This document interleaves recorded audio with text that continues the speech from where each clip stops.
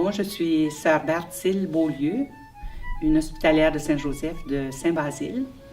Je suis une enseignante à la retraite depuis 10 ans et actuellement, je m'occupe des archives de la congrégation, plus spécifiquement à Saint-Basile et à Bathurst. Et j'ai aussi la responsabilité du patrimoine de Saint-Basile. Pour ce qui concerne les soins de santé et l'hôpital, on a conservé beaucoup d'objets, mais surtout des objets de pharmacie qui sont très intéressants. Il y a des vases dans la pharmacie, des pots qui ont servi à Montréal et qui ont été apportés de France en 1642 par Jeanne Mance. Et c'est cette poterie-là, c'est la poterie de Sèvres et de Rouen qui date de 1642. Qui date de 16? Ouais. Ben, nous, on les a eus. Oui. Ils sont peut-être plus anciennes, là, mais c'est la date qu'on les a. C'est les objets, je pense, les plus anciens qu'on a ici. Mais ça a été apporté, Mère Mayette, qui avait fait sa commande de remèdes à un moment donné, elle avait demandé beaucoup. Mère Mayette qui était... Elle était pharmacienne. Elle était pharmacienne. Oui, et la pharmacienne, c'était... En fait, dans ce temps-là, le médecin venait, là, puis bon, il disait, le malade était là, il disait quoi faire. Et la pharmacienne accompagnait toujours le médecin, et c'est elle qui prenait les notes, les prescriptions, les ordonnances, et c'est elle qui faisait les remèdes. Ces sœurs-là arrivent avec beaucoup d'énergie, beaucoup de bonne volonté. Elles arrivent dans une maison, la maison primitive, il y a la maquette à côté, là, qui a été un petit peu négligée. On les attendait pas si tôt, donc ils n'ont pas les réserves de bois pour l'hiver, ils n'ont pas les réserves de nourriture pour l'hiver, ils ne sont pas installés, ils n'ont pas ce qu'il faut. Alors, ça va être quand même assez dur pour commencer. Mais dès qu'elles arrivent, les gens viennent les voir. Ils viennent voir les sœurs passer. Puis ils ont besoin d'être guéris. Mais comme tous les bagages sont restés à Rivière-du-Loup, sœur Mayette, elle a de l'huile de Notre-Dame de Pitié. Oui. Puis souvent avec ces huiles-là, c'est comme l'huile de Sainte-Anne qu'on parle, ça. Les gens venaient la voir, mais je pense que c'était beaucoup plus ses conseils puis les premiers soins qu'elle pouvait donner qui aidaient les gens. Puis l'été, on avait les rideaux blancs. Puis l'hiver, c'était des rideaux verts, très épais, ce qui fait qu'il y a une chaleur qui était gardée. Puis il y a aussi une question de division quand tu as une salle, mais un peu d'intimité, si vous voulez, pour les soins. Un fauteuil roulant qui date vraiment ancien. Le buffet, ça. Et une chaise percée qui faisait partie, évidemment, aussi. Et tout ça, c'est de l'authentique, là. On n'a rien acheté, là, nous autres. Donc, il y a un rayonnement qui part de Saint-Basile, qui est la plus vieille paroisse quand même. Il faut le dire, c'est le berceau du Madawaska. Mais ici, le fait d'avoir les sœurs qui sont à la fois enseignantes, mais aussi soignantes, je pense qu'elles répondent à deux grands besoins du milieu, mais à d'autres besoins connexes aussi, parce que il y a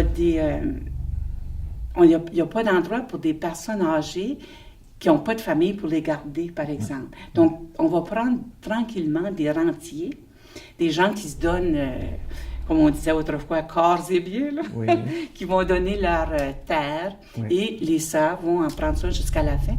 Et il faut imaginer ici Saint-Basile, notre milieu, avec la maison centrale, qui est un peu le couvent, une maison en arrière pour les pensionnaires, la chapelle à côté, les granges, les dépendances, parce que c'est toute une ferme qui avait été donnée par le curé Langevin, un legs pour l'éducation des filles, en 1957.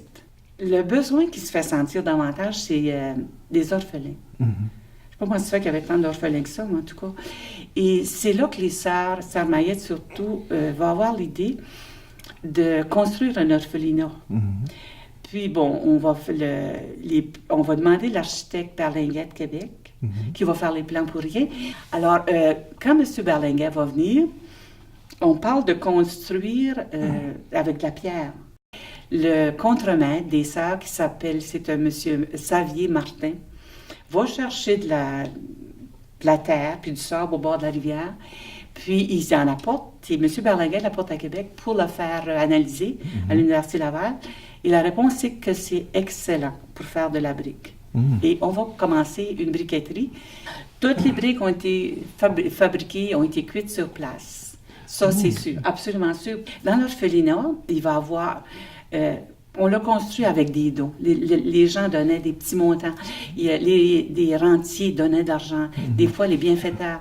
La main-d'œuvre, souvent, était gratuite. Et les gens appréciaient, ils reconnaissaient. C'est pour ça qu'ils venaient aider. Ils reconnaissaient qui aurait pris soin de nos orphelins, qui aurait soigné nos malades, parce qu'il n'y en avait pas. À l'époque, là. Et ça s'est développé beaucoup comme ça, mais le rayonnement était beaucoup plus grand que ça parce qu'on a eu des orphelins de Saint-Jean, Nouveau-Brunswick, la famille Conway, qui est arrivée 7 enfants.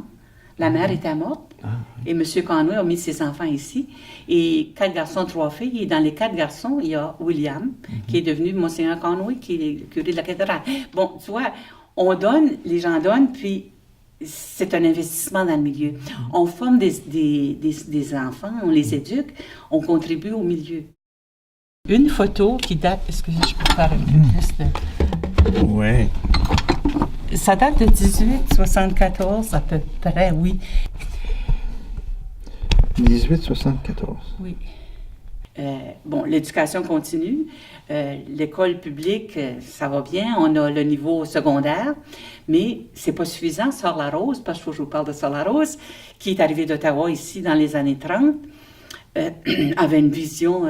C'était une femme cultivée, puis qui avait une confiance en la jeunesse, qui dit pourquoi est-ce que les filles de notre région n'auraient pas ce qu'on donne ailleurs, un collège classique pour jeunes filles, comme ça se fait ailleurs. Et Notre-Dame-de-Acadie commence en même temps. Nous, on commence en 49.